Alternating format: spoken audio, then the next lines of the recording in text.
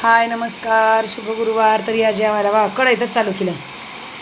तर आज बनवली वांग्याची भाजी आणि आम्हाला वांग आहे ना उद्याच्याच दिवस खायचं आहे. बाजरीच्या भाकरी दूध आणि मग अशी लेकरांनी भात केला होता. तर आता पांढरा भात खायला गिळणार नाही म्हणून परत बघा कसा परतीला आहे लगेच.